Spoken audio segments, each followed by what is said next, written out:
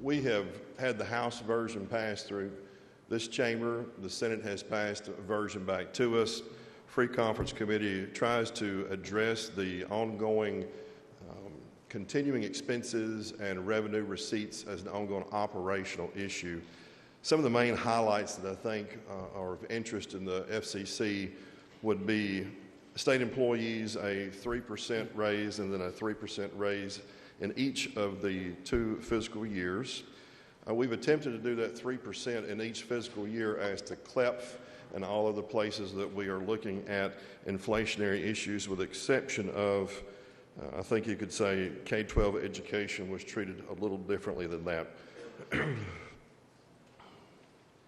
Mr. Speaker, I'm not going to go through a lot of the details. I'm going to try to highlight a few more. I will state that in Homeland Security and Veterans Affairs, there are considerable services that would have been increased regarding salary and operating expenses. Veteran Service Organization, Burial Guard, the Bowling Green Veterans Center. Kentucky Infrastructure Authority, there were substantial increases in Clean Water State Revolving Fund, the Drinking Water State Revolving Fund. Appropriations, and I think there is a separate bill running on the BEAD money, federal money, relative to broadband investments. We've had investments in Kentucky at least 2 rounds previously. This is another round that is coming. Military affairs, increases in National Guard Youth Challenge programs. Make sure we've covered a cemetery with damage, maintenance of Kentucky National Guard locations, Joint Force Headquarters, Emergency Management Performance Grant Programming, Emergency Management Equipment. House Bill, I will not recall the number, passed, I believe, in the 23 session by representative, by the gentleman from Pendleton, regarding emergency management. Kentucky Urban Search and Rescue Team was funded in both years per the plan and that statutory schema.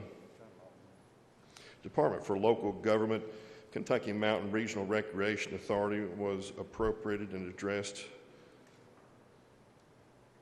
Executive Branch Ethics Commission, increased funding for online filing system for submissions of annual financial disclosures and lobbyist registration. Board of Elections, dealing with presidential election coming up.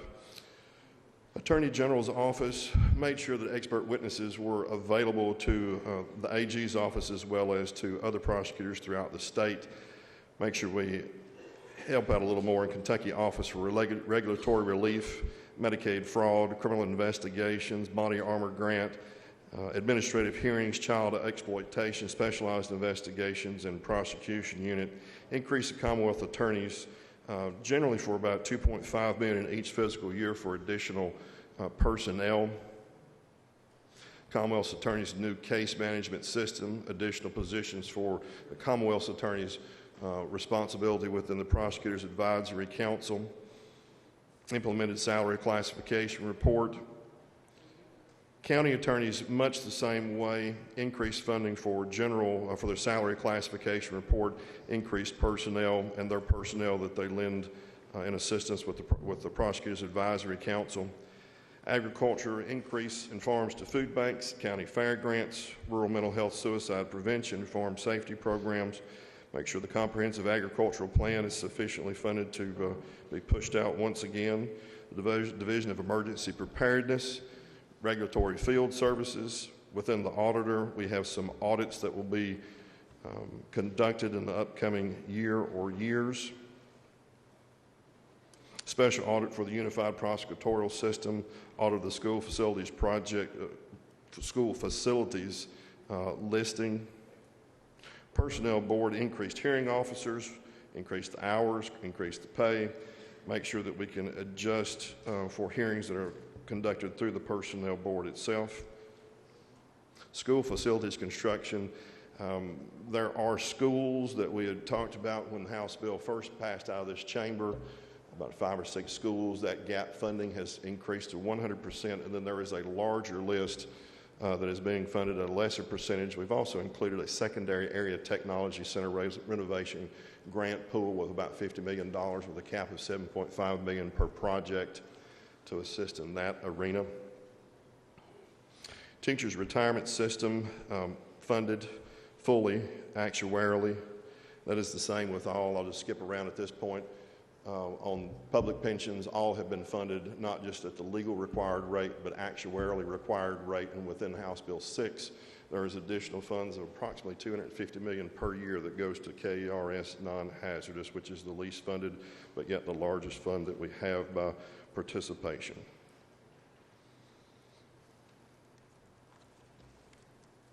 Department of Education in general, usually there are questions.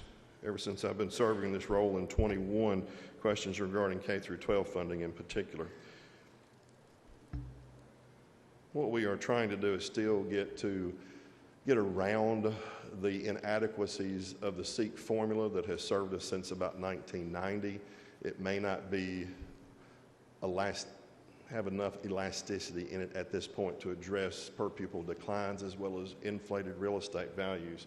However, to lend as much assistance as we can to districts that need it for various purposes, personnel as well as all other operational aspects. It'll be a 3% increase in the per pupil SEEK base amount. Per pupil, 3% in the first year, 6% in the second year. There is a Tier 1 threshold. A bill was passed through earlier this session out of this chamber over to the Senate, which proposed an increase in Tier 1 funding, a percentage from 15%, raising that to a threshold of 17.5. That's what this does in both years. On behalf of payments continue regarding retirements, recallable nickels continue on. Per pupil transportation funding goes to 90% in the first year, 100% in the second year, and that is based on FY23 calculations of cost. Those continue to increase over time, and we're trying to update to the best we can get to. Some increases for family resource centers, the Friskies, Governor's Scholars. There's also included with the K-12 arena, there is funding set aside for a loan program which is passed through another bill in its structure, but there will be funding for that. There is a stipend for those teachers that or those in the education majors that are trying to become teachers, $1,000 a month for 5 months to assist with student teaching. There's SRO support, student resource officers, SROs. I think it was Senate Bill 1 in 2019, school safety, and we're still trying to make progress on that bill. This would propose a certain stipend subsidy which would reimburse for expenses of SROs that are already hired by the school districts or to be hired in the future. Hopefully this will incentivize that. There is a call, some people have asked about this, there is a call for us to look and have a report come back for future reclamation obligations for all coal mining sites in Kentucky. We have a lot of different programs out for reclamation of coal sites, mining sites, and this is trying to get an idea of how much we have out there and what kind of dollar figure we may be on the hook for at this point.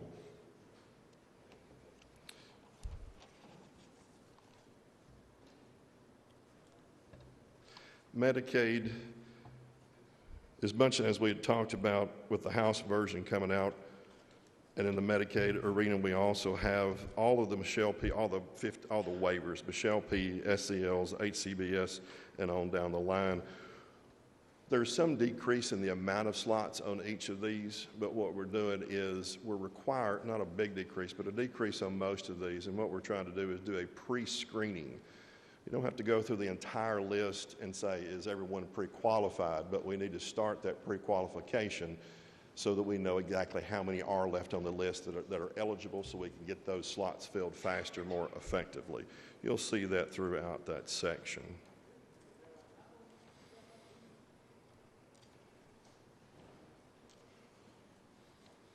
Bear with me just a moment, please, Mr. Speaker. I have a question. I'll call question 2, Mr. Speaker.